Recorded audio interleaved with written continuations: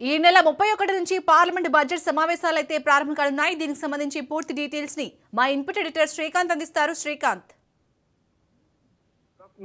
So అంటే ఇందులో ఇంకొక ఇంట్రెస్టింగ్ పాయింట్ ఏంటంటే ఈసారి పార్లమెంట్ బడ్జెట్ సమావేశాల్లో ఫస్ట్ టైం వార్షిక బడ్జెట్ సమావేశాలు ఈ 2026-27కు సంబంధించి ఆర్థిక సంవత్సరానికి సంబంధించి కేంద్ర ప్రభుత్వం ఫిబ్రవరి 1వ తేదీ అది కూడా ఆదివారం రోజు ప్రవేశపెట్టబోతోంది.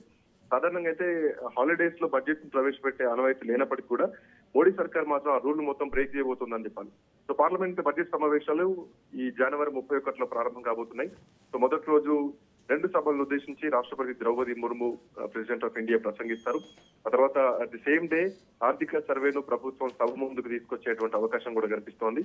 అండ్ వచ్చే ఆర్థిక సంవత్సరం నుంచి అమల్లోకి రాబోయేటువంటి ఏదైతే ఇన్కమ్ ట్యాక్స్ యాక్ట్ 2025 ఉందో, కొత్త ఆదాయ పన్ను చట్టం, సో అది దాన్ని కూడా అమల్లోకి తీసుకురావడానికి ప్రయత్నం చేస్తోంది. ఈ బడ్జెట్ లో కొంతవరకు అంటే గతంలో ట్యాక్స్ ఎగ్జిబిషన్ ఏదైతే ఉందో ఈసారి కూడా సామాన్యులకు కొంత పన్ను రాయితీలు తో పాటు మిడిల్ క్లాస్ ప్రజలు ఎవరైతే ఉన్నారో వాళ్ళకు కూడా కొంత ఊరటనిచ్చేటువంటి ప్రకటనలు కూడా ఉంటాయని తెలుస్తోంది. మోరోవర్ ఏంటంటే ఇందులో ఈ నిర్మలా సీతారామన్ విషయానికి వస్తే కూడా ఒక రికార్డ్ అనే చెప్పాలి. వరుసగా 9వ బడ్జెట్ ను ప్రవేశపెట్టి ఆమె ఆర్థిక మంత్రిగా ఒక రికార్డు సృష్టించబోతుందని చెప్పాలి. ఇప్పటి వరకు మాజీ ప్రధాని మొరార్జీ దేశాయ్ అత్యధికంగా 10 సార్లు బడ్జెట్ ప్రవేశపెడితే చిదంబరం 9 సార్లు ప్రవేశపెట్టారు. అయితే వరుసగా 9 సార్లు ప్రవేశపెట్టినటువంటి ఘనత మాత్రం నిర్మలా సీతారామన్ అని చెప్పాలి. ఏదేమైనా కానీ ఈసారి మాత్రం కొంత అంటే రాబోయే ఎన్నికలు కూడా ఉన్నాయి కాబట్టి పశ్చిమ బెంగాల్ ఎన్నికలు కూడా ఉన్నాయి 2026 సంవత్సరంలో. సేమ్ టైం అటు కేరళ ఎన్నికలు ఉన్నాయి, తమిళనాడు ఎన్నికలు ఉన్నాయి.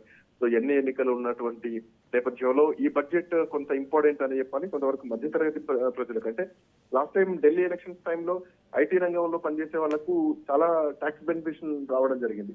సో ఇప్పుడు అదే దృష్టిలో పెట్టుకుని ఇప్పుడు మధ్యతరగతి వాళ్ళు ఎక్కువగా ఓటర్స్ ఉంటారు కాబట్టి సో అది బేస్ చేసుకుని మోర్ ఓవర్ జిఎస్టీ పైన కూడా మొన్న చాలా ఎగ్జామ్షన్ ఇవ్వడం జరిగింది.